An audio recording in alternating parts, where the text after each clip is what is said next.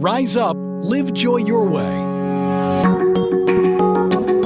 From emotional intelligence through cognitive distortions, certified life and wellness coach Kamini Wood is on a mission to help people see the magnificence of their own unique human spirit. Through these small bites of self-visualization and self-confidence, you can have healthy relationships, success in business and career, and live the life you want to live. Rise up, live joy your way. Hi there, and welcome to another episode of Rise Up, Live Joy Your Way, whether it's morning, afternoon, or evening. Thank you for taking some time out of your day to spend with me. And so today I want to talk to the leaders, therapists, human resource professionals, anyone who is showing up for others. I want to talk about compassion fatigue. Sometimes when you're in those roles, you find yourself exhausted, not just physically, but you feel drained and you feel like you're running on fumes. And you do care and you want to be there for people, but your emotional bandwidth just isn't there anymore. And that's what really is compassion fatigue. It's the cost of constantly holding space for others while also juggling your own stressors and your own challenges in life. And so right now, human resource teams, leaders, mental health professionals, they are being hit really hard. We've got a lot of changes that are happening in the world right now, work-life balance struggles. There are some layoffs happening. There's some calls to bring people back into the office, and all of that is creating a lot of stress.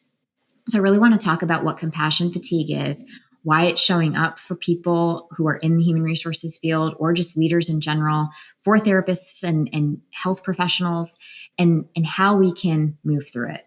So first, let's just talk about the cost of when we do lead with empathy. Like, I am a huge proponent of leading with empathy, but when we lean too far into it, it can really be draining. And so when people come to us with their emotions and their struggles and what their expectations are and their needs, it is a lot to carry, and that weight can feel really heavy. With layoffs, delivering the news that impacts an entire family, or we would have, we have an employee burnout when we're trying to meet these increasing demands in the workplace, but then how do we balance our own lives?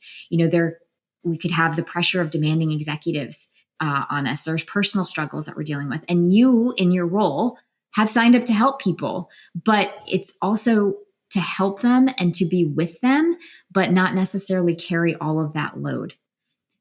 And when we don't know how to process our own emotions or how to process what we're carrying, that can really lead to this idea of compassion fatigue.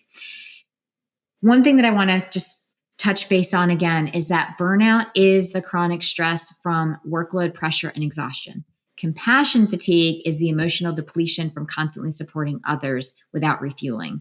So the difference between the two, or the difference between physically being tired and emotionally being empty, is the fact that, we can physically feel tired and we can rest and we feel replenished. But when we're emotionally tired, it's really difficult to just rest and feel like we're replenished. It takes a lot more.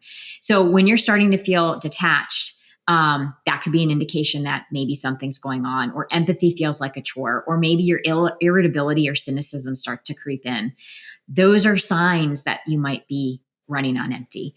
If you overextend yourself but don't recharge, or you start neglecting your own needs, like for instance, you're not sleeping well, or you're not doing the things that used to be fun, that could be an indication that you are depleted and you might be on the track of burnout and or compassion fatigue. So if you find yourselves if you feel like maybe this could be me, we have to talk about, what do we do?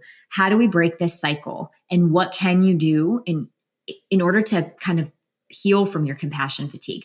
The very first thing that I'll say is you got to recognize it. You got to recognize it. You have to name it, because awareness is the first step of anything. You've heard me say that before. We can't address anything if we're not even aware that it's happening. So being able to notice and name and recognizing that something needs to shift. And then the second thing is we've got to start setting some emotional boundaries. Empathy doesn't mean absorbing everyone's struggles.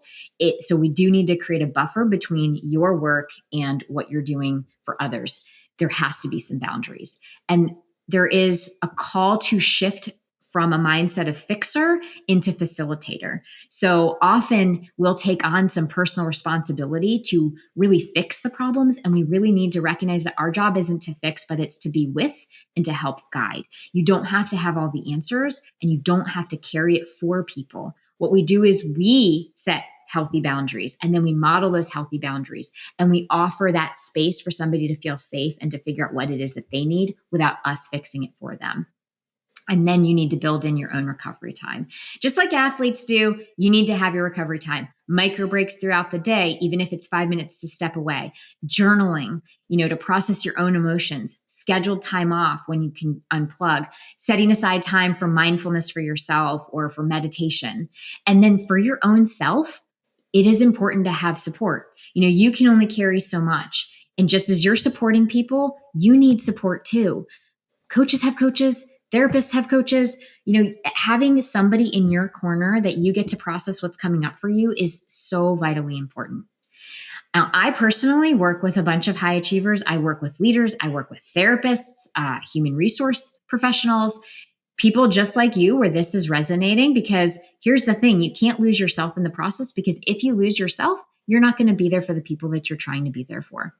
And so when you work with me one-on-one, we actually work on things like how to set boundaries, and we work on how to become aware of what's happening for you and then putting strategies in place, because your work absolutely matters. What you do in this world matters, but you matter too. And so it's important to take care of yourself. If you'd like to talk to me about how coaching could support you, feel free at any time to contact me at coachwithkamini.com. And if it's not through coaching, please take some time to figure out what boundaries you need, and also just figuring out what support would be the most helpful for you, because compassion fatigue is real and it's also manageable. And it's really important that you're able to learn how to navigate it so you can continue to be the leader that you're meant to be. Until next time, stay well. Thank you for listening to Rise Up, Live Joy Your Way.